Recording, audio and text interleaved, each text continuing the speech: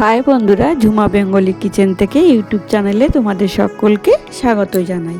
আজ তোমাদের কাছে শেয়ার করতে চলেছি শীতের কয়েকটা সবজি দিয়ে ভর্তার রেসিপি। তোমাদের দেখিয়ে দিলাম সব কিছু সবজি আমি কেটে ধুয়ে রেডি করে নিয়ে কড়াইতে হাফ কাপ মতো গরম জল দিয়ে পেঁয়াজকালি ও শিমটা একটু ভাপিয়ে নেব। দেখো জলটা শুকিয়ে গেছে আর পেঁয়াজকালি শিম সিদ্ধও হয়ে গেছে। এখন কড়াই থেকে নামিয়ে নেব। ওই কড়াইতেই প্রয়োজন মতো একটু সর্ষের তেল অ্যাড করে দিলাম। আর এখন তেলের মধ্যে আলুগুলো বেশ ভালোভাবে ভেজে নেব। আলুগুলো এমনটাই ভাজবো যাতে আলু ভাজা হতে হতে যাতে সিদ্ধও হয়ে যায়।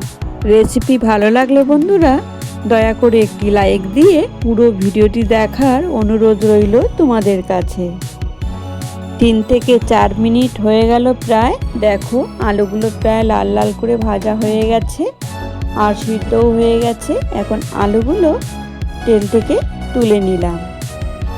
এরপর ওই কড়াইতেই এখন কাঁচা লঙ্কা, পেঁয়াজ, রসুন, গোটা একটা টমেটো দিয়ে ভাজতে লাগলাম। 2 থেকে 3 মিনিট ভেজে নেব। দেখো পেঁয়াজ ও টমেটো, কাঁচা লঙ্কা সব কিছুই লাল লাল করে ভাজা হয়ে গেছে। এখন তেল থেকে তুলে নিলাম।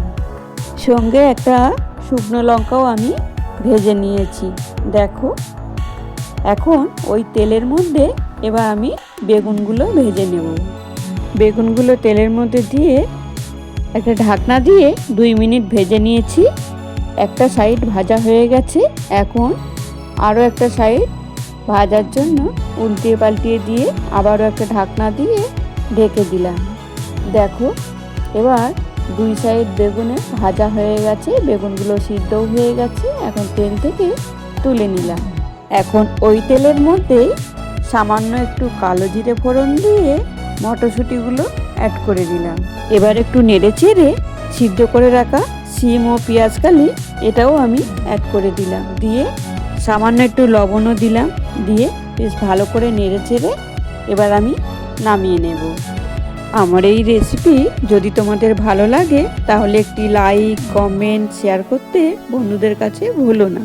আর যদি কোনো নতুন বন্ধু হয়ে থেকো তাহলে বলবো আমার এই ছোট্ট চ্যানেলটি সাবস্ক্রাইব করে পাশে থাকার অনুরোধ রইল। দেখো তোমাদের সঙ্গে কথা বলতে বলতে সব কিছু আমি ভেজে রেডি করে নিয়েছি। এবার কেটে রাখা ধনেপাতা ও সামান্য লবণ দিয়ে বেশ ভালোভাবে ভর্তাটা মেখে নেব। দেখো টমেটোটা পুরো সিদ্ধ হয়ে গেছে, আলুও সিদ্ধ হয়ে গেছে, বেগুনও সিদ্ধ হয়ে গেছে। ভাজার মধ্যেই সব কিছু সবজি আমার সিদ্ধ হয়ে গেছে। এবার হাত দিয়েই আমি ভর্তাটা মেখে রেডি করে নেব। তোমরা চাইলে ম্যাশার দিয়েও ম্যাশ করে নিতে পারো। ভর্তা আমার রেডি। আজকের ভিডিও এখানেই শেষ করলাম। ফিরে আসছি নতুন কোনো রেসিপি নিয়ে। সকলে সুস্থ থেকো, ভালো থেকো, সকলকে ভালো রেখো। বাই বন্ধুরা।